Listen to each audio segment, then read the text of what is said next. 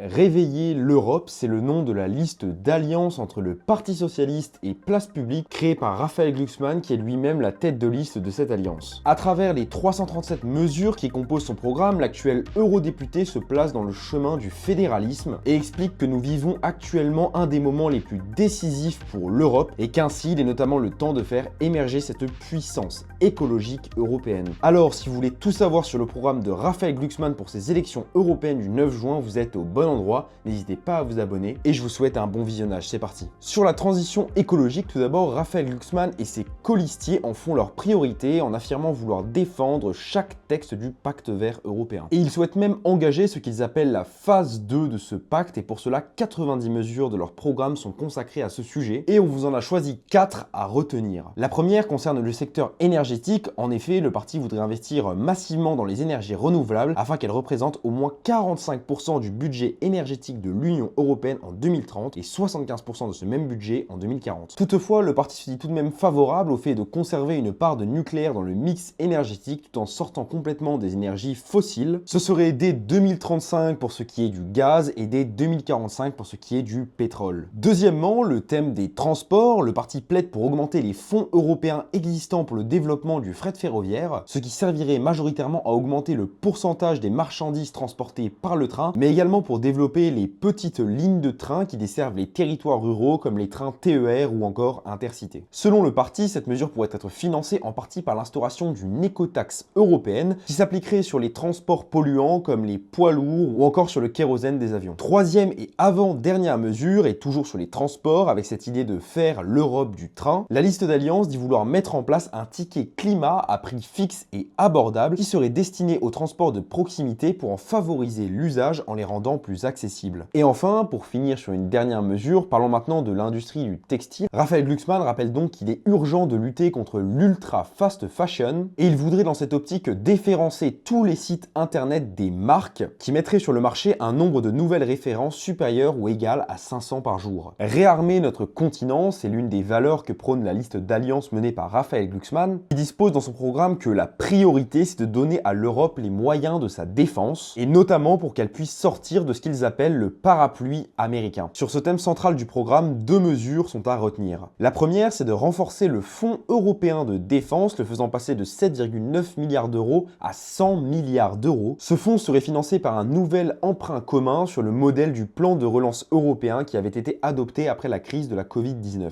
En gros, ce fonds servirait à investir dans les industries européennes, ce qui permettrait de renforcer nos capacités de production. Deuxième mesure clé maintenant, le parti de gauche veut instaurer une préférence européenne avec un Buy European Act. Celui-ci toucherait majoritairement le secteur de l'armement pour que les investissements européens bénéficient aux industries. Pour parler maintenant de politique internationale, commençons par le sujet de la guerre russo-ukrainienne. À ce sujet, la tête de liste Raphaël Glucksmann affirme que le front ukrainien est la première ligne de défense de l'Europe. Ainsi, sur l'Ukraine, il y a 3 mesures principales à retenir. La première mesure, c'est que le parti souhaite augmenter massivement le soutien à l'Ukraine en mobilisant immédiatement tous les moyens en notre possession pour faire en sorte que la Russie perde la guerre. Pour cela, le parti entend vouloir saisir les 206 milliards d'avoirs publics russes qui sont actuellement gelés dans plusieurs banques européennes pour les réemployer afin de financer l'armement de l'Ukraine. Ensuite, la liste voudrait également équiper davantage la défense ukrainienne en relançant notre production d'armement et de munitions. Et pour finir, la tête de liste Raphaël Glucksmann plaide également pour renforcer les sanctions sur le régime russe en imposant notamment un embargo sur le gaz liquéfié, l'uranium ou encore les engrais. Pour parler maintenant du conflit qui se déroule au Proche-Orient, Raphaël Glucksmann et ses colistiers exigent un cessez-le-feu immédiat et permanent et ils se disent également favorables à une solution à 2 États, ce qui passerait donc par la reconnaissance de l'État de Palestine. Au chapitre de l'Europe sociale maintenant, le parti dit vouloir veiller à ce que les droits sociaux soient au centre des politiques européennes. Et encore une fois, sur ce thème, 5 mesures clés sont à retenir. La première, c'est celle qui viserait à réformer le marché européen de l'électricité afin de garantir selon eux des prix réglementés, stables et raisonnables pour tous les Français. Deuxièmement, la tête de liste Raphaël Glucksmann plaide également pour l'instauration d'un revenu minimal au niveau européen, ce qui permettrait selon lui d'offrir à chaque citoyen un revenu adéquat pour vivre dans la dignité à tous les stades de sa vie. Troisièmement maintenant, le parti dit vouloir interdire les écarts de salaire supérieurs à 20 au sein d'une même entreprise. Cette mesure est notamment partagée par d'autres partis comme la France Insoumise, un programme qu'on a déjà décrypté sur notre chaîne YouTube. Quatrième mesure, la liste Réveiller l'Europe se dit favorable à l'instauration d'un impôt minimal de 2% sur les plus hauts patrimoines. Concrètement, leur programme affirme que cette taxation ne s'appliquerait qu'aux 0,1% des plus riches et pourrait rapporter près de 200 milliards d'euros à l'Union européenne. Et enfin, cinquième et dernière mesure, le parti voudrait également taxer les super profits des multinationales. Pour parler maintenant d'un volet plus sociétal, leur programme entend défendre une Europe humaniste et juste, qui s'inscrirait notamment dans la continuité d'une Europe dite féministe. Ainsi, la tête de liste Raphaël Glucksmann plaide pour faire entrer le droit à l'interruption volontaire de grossesse dans la charte des droits fondamentaux de l'Union européenne. Ensuite, la liste d'Alliance se dit également soucieuse de défendre l'état de droit et entend donc conditionner les fonds européens au respect de cet état de droit, tout en voulant simplifier la saisine de la CJUE, la Cour de justice de l'Union européenne, afin de permettre aux citoyens d'introduire des recours directement contre les États membres qui violeraient cette condition. Changeons de thème et parlons maintenant économie et commerce. La tête de liste se dit déterminée à vouloir assurer notre souveraineté industrielle et pour ce faire, elle porte au cœur de son projet la réindustrialisation et le protectionnisme européen. Pour cela, le parti voudrait adopter une stratégie du Made in Europe pour favoriser la production industrielle européenne en investissant notamment dans les secteurs stratégiques pour y faire émerger des champions européens. Leur parti dit également vouloir imposer des clauses miroirs à la signature de chaque nouveau traité. Pour vous expliquer simplement ce concept, une clause miroir, ça signifie que l'on accepterait de commercer simplement avec un État ou un groupe d'États qui produirait selon les mêmes normes que les nôtres et ce qui permettrait donc de lutter contre la concurrence déloyale car on le sait, plus il y a de normes, plus les coûts de production sont élevés. Alors Raphaël Glucksmann considère qu'il serait injuste de commercer avec des États qui n'auraient pas les mêmes normes de production que nous. Ensuite, deuxièmement, leur programme dit vouloir instaurer une taxe carbone sur davantage de produits importés. Et enfin, Raphaël Glucksmann a affirmé sa volonté de refuser tout nouvel accord de libre-échange et défend à la place la promotion de partenariats qui seraient selon eux fondés sur le juste échange et le développement partagé. Pour parler politique migratoire maintenant, la tête de liste déplore une mer cimetière pour qualifier la mer Méditerranée. Il y a deux autres mesures à également retenir sur ce thème. Déjà, le parti dit vouloir développer les compétences de l'Agence européenne pour l'asile, ainsi que réformer en profondeur Frontex afin notamment de mieux lutter contre les réseaux de passeurs et de sanctionner les refoulements illégaux. Enfin, le parti souhaiterait également que l'on prenne en compte la crise climatique dans les demandes d'asile et ainsi inclure un statut de réfugié climatique. Passons maintenant au sujet de la révision des traités puisque leur programme annonce démocratiser l'Europe et pour cela, 3 mesures sont à retenir. Premièrement, la liste plaide pour offrir l'initiative législative au Parlement européen. Pour rappel, actuellement, cette initiative législative n'est réservée qu'à la Commission européenne. Je précise que si vous avez du mal avec ces notions de Commission européenne, de Parlement européen ou encore de Conseil européen, les informations s'affichent en bas de l'écran, n'hésitez pas à faire pause pour lire. Deuxièmement, le parti voudrait créer des maisons de l'Europe dans toutes les régions d'Europe. Celles-ci permettraient de rapprocher les institutions européennes des territoires et on y délivrerait également une formation scolaire obligatoire au secondaire pour enseigner les fonctionnements de l'Union européenne. Et enfin, la dernière mesure s'inscrit dans une logique pro-européenne puisque Raphaël Glucksmann plaide pour l'élargissement de l'Union européenne aux pays candidats et notamment l'Ukraine. Ainsi, la liste plaide pour adopter un grand traité de réunification du continent européen en 2030 qui serait, selon le programme, un traité d'approfondissement, d'avancée fédérale et de démocratisation de l'Union européenne. Et enfin, comme toujours, pour finir sur les sujets d'éducation et de culture, on a sélectionné 3 mesures du programme. La première viserait à doubler le budget européen de la culture pour qu'il atteigne 800 millions d'euros par an, afin d'attribuer des aides financières aux acteurs culturels européens. Deuxièmement, le parti entend vouloir mettre en place une allocation d'autonomie pour tous les jeunes âgés de 15 à 25 ans qui seraient sans emploi et sans études, et ça permettrait donc à ces jeunes d'avoir une vie plus digne. Et enfin, troisième et dernière mesure, la liste Réveiller l'Europe plaide pour l'instauration d'un Erasmus